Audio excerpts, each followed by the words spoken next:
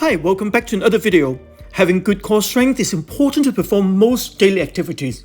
For the most part, every time you push something, pull something, lift something or rotate through your trunk. So pretty much all the tasks of daily living, you need your core muscles to help to stabilize your trunk so you can freely move your arms and legs. A strong core can help you to prevent lower back pain too. Well, the question is, how do you know if you have adequate functional core strength? Well, in this video, I'm going to show you the best way to find out if you have adequate functional core strength. And if you like this video, please click the like button, please leave your comments below and share this video. Hit the notification bell so you won't miss any of my future weekly video release. Please also subscribe to this channel. This is completely free of charge, but will help the channel to grow. Thank you.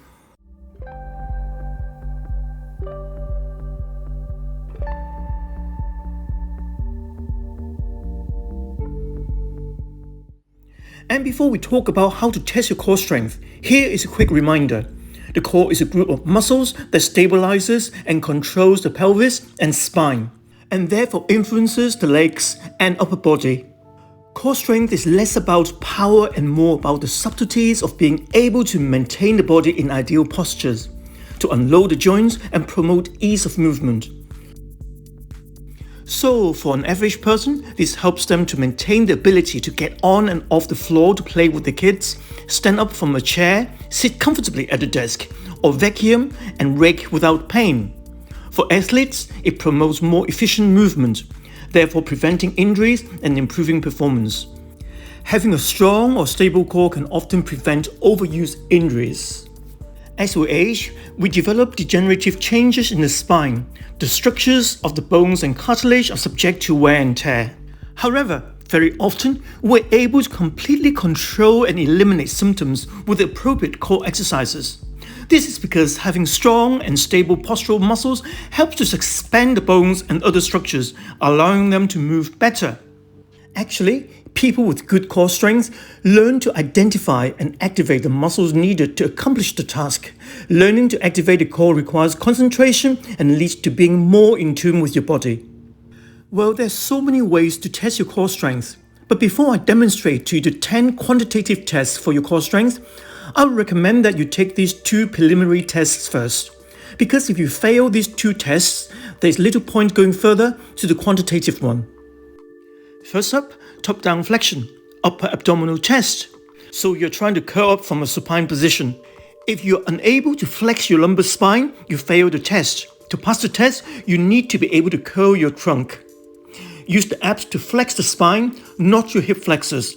So first, tuck your chin in, then roll up vertebra by vertebra until you're fully up. With poor core strength, you will look like a fish out of water, unable to curl up. Next, bottom-up flexion, lower abdominal test. So from a supine position, raise and lower your legs. Ideally, you raise your legs straight up, but for those with tight hamstrings, they cannot get the legs straight up and lower down. As we are testing for lower core strength rather than your hamstring flexibility, we take the hamstring out of the equation by first bending your legs at 90 degrees. Then adopt a tabletop position. Now posteriorly tilt your pelvis. Now slowly lower the legs down by extending and straightening the legs forward, hovering them over the floor. You can place your hands on your lower back to ensure that your back is pressed down onto your hand. And the reason why you want to keep your pelvis tilted is because it indicates that your core is being constantly engaged during this test.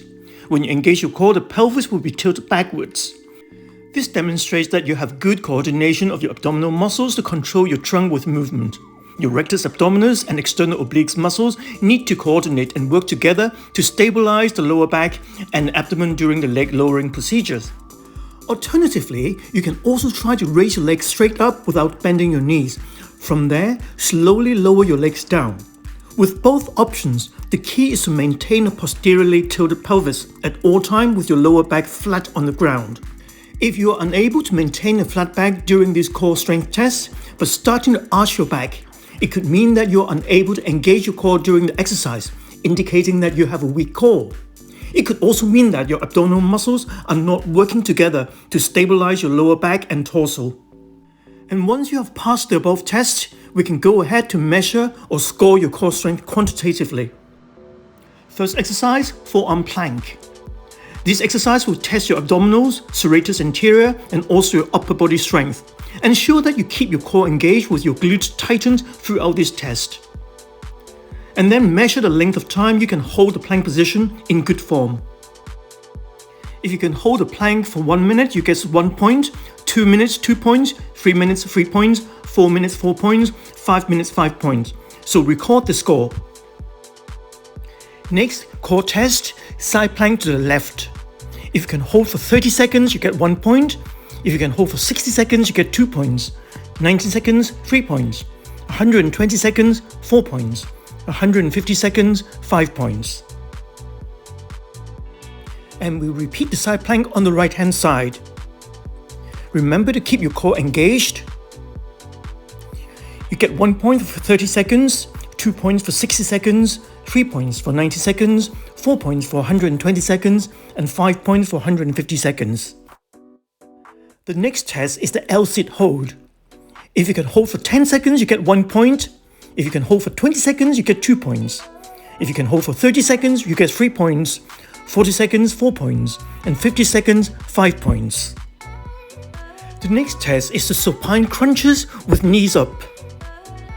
If you can perform 20 repetitions, you get 1 point. 40 repetitions, 2 points. 60 repetitions, 3 points. 80 repetitions, 4 points. And if you can manage 100 repetitions, you get 5 points. The next test is the prone Superman hold. Remember, core strength also involves the muscles of the back, and it is important not to overtrain the front of the body at the expense of your back. The Superman pose will act as a counter pose to the previous exercises, and it is a good test of the muscles of the backs of the legs and arms as well as the back. Like before, make a note of how long you can hold the pose for.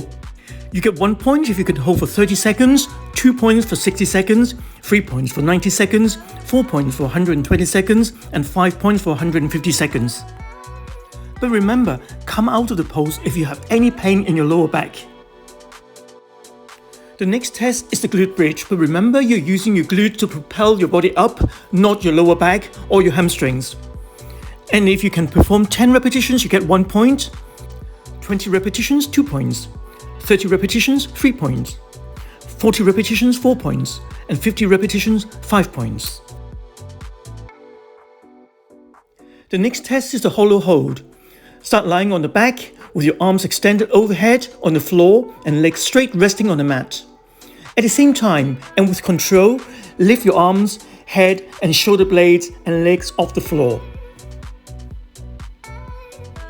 Now, if you can hold for 1 minute, you get 1 point. If you can hold for 2 minutes, you get 2 points. 3 minutes, 3 points. 4 minutes, 4 points. And 5 minutes, 5 points.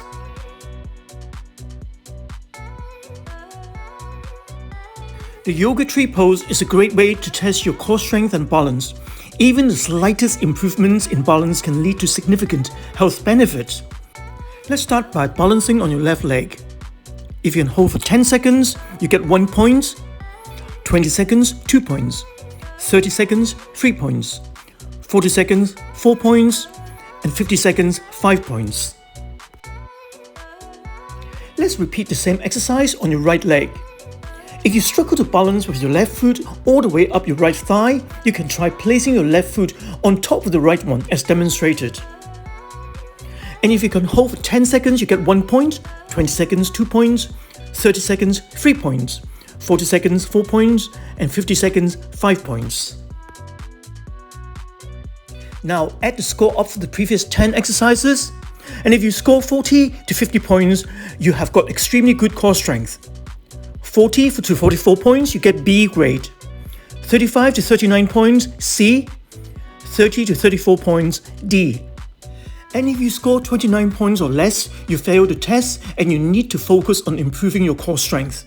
There are many ways to improve your core strength, but you can start by trying to perform the above 10 exercises, perhaps a few a day, and try to improve the score. Thank you for watching until the end. If you like this video, please click the like button. Please leave your comments below and share this video.